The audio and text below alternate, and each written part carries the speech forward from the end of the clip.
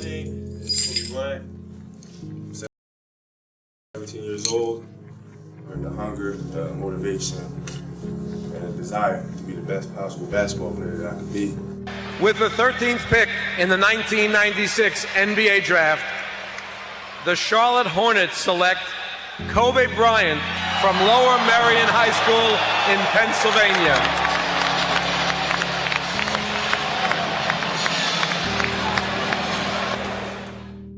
I had a purpose. I wanted to be one of the best basketball players to ever play.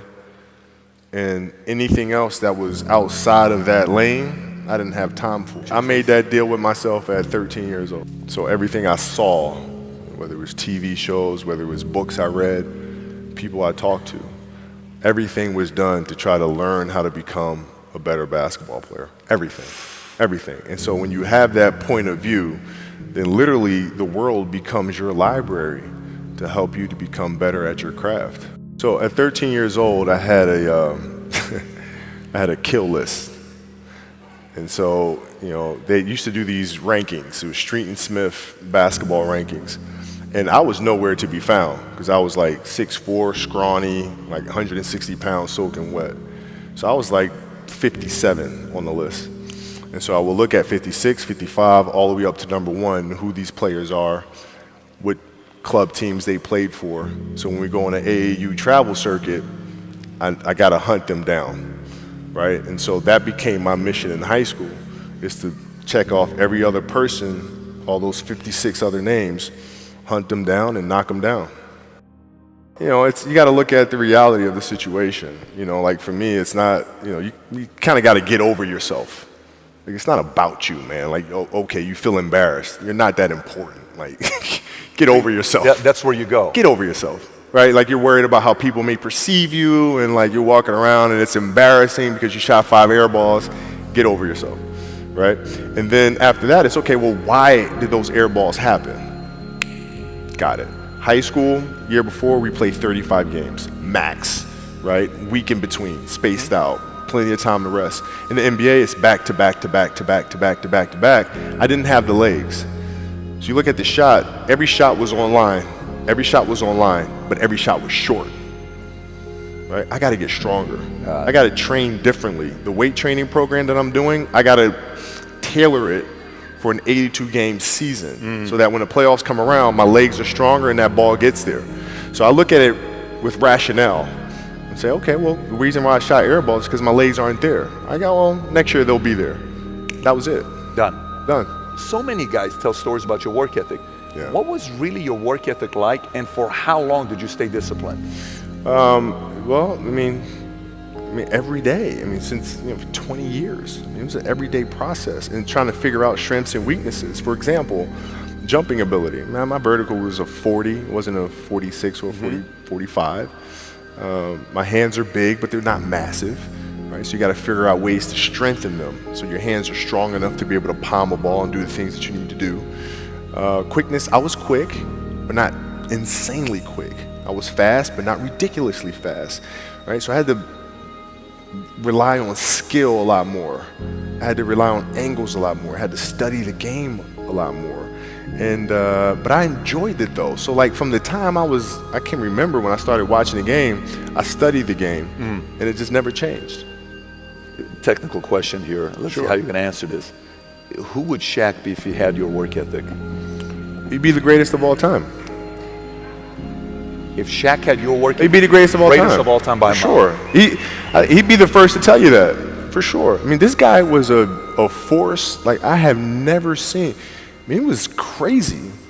A guy at that size, generally guys at that size are a little timid and they don't want to be tall. They don't want to be big. Man, this dude he did not care. He was mean. He was nasty. He was competitive. He was vindictive. I wish he was in the gym. I would have had fucking 12 rings. What is the conversational life like with your wife and kids to say, listen, this is what I'm doing? How did that conversation go? Well, with the kids, it's different. So like the communication with our children is that Pops is working hard This is the level of attention to detail you need to have in everything you do. So it's setting the example. Same thing with my wife. My wife's a stay-at-home wife. It's the hardest job, man. Right? So she works really hard at that. I mean, it's, and so her attention to detail with that as well are examples for our children. And then for my wife, it's, she's as competitive as I am. So she's like, listen, man, if you're going to be out here training 8 hours a day, if you're going to spend 9 months out of the year away from your family, you better fucking win the championship. But it's a balancing act. And that's the thing that's important, is understanding that we have to have so much energy. Because for like Natalia and Gianna when they were babies, especially Natalia because they're doing prime years, and I go to practice and I'd train and I'd play the game and I'd come home and I'd be sore and I'd be tired. And she wants to go swimming, she wants me to take her to the park, she wants to just jump on my back or whatever the case may be. You can't say, I'm too tired, I'm going to lay down. That's not fair. She doesn't know what the hell's going on, right? And if this was a game, you'd suck it up and play. I played games with the flu. I played games with 102-degree fever, man. Powerful. You can't do that. That is so powerful. Right? Man. You got to be on, man. Is there a story where it's like, no one knows about, where you went and played a game and it was so insane for whatever reasons? No sleep. You played a game with zero sleep. Zero sleep. Zero sleep. It's like, kids, Natalia had a certain, health situation or what have you, and you're staying up all night, and then you got to go out and perform because fans don't know, teammates don't know, nor do they care, nor should they, that you've been up all night. You got to perform, right? And so you just got to go to work, man. You got a lot of people paying their hard-earned money to come watch you perform. It's your job to be in shape. It's your job to be strong enough to perform at that level every single night. And as a competitor, I'm not ducking shit.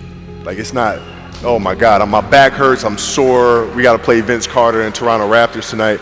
We actually had this happen. We had a game against Toronto in 2000, and Vince was tearing the league up. My back was jacked. But like the perception of that, like, what? Kobe's missing the game against Toronto and Vince Carter because my back was really spasming. But people will be like, what? Oh, he's ducking Vince. Excuse me? No, I don't think so. So I would be in the layup line like, okay, there's a lot of days where you can rest and recover. Today ain't one of them. Your back can bother you any other day. That shit ain't bothering me today. Wow. He gonna have to see me today. Yeah. Amen. Yeah. You're playing against the Golden State Warriors. Score is 107-109. You guys are close to getting into the playoffs. You know exactly what happens in the game. You go up, you're about to take your shot, and then all of a sudden, boom, Achilles happens, right? He went and hit the free throws, and then you walked off the stage, and then you got the surgery done. How the hell do you tolerate that kind of pain? I use this. I tell this example, and I think this is the best way to explain it.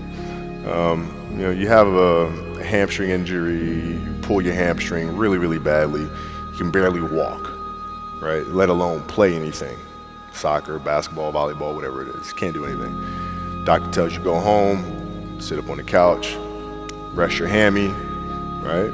Stay off of it. Don't get up. No sudden movements. You're at home, all of a sudden a fire breaks out in the home, right? Your kids are upstairs, wife is wherever she may be, shit's going down, right? I'm willing to bet that you're gonna forget about your hamstring, you're gonna sprint upstairs, you're gonna grab your kids, make sure your wife's good, you're getting out of that house, right? Hamstring be damned. You're not gonna feel your hamstring, right?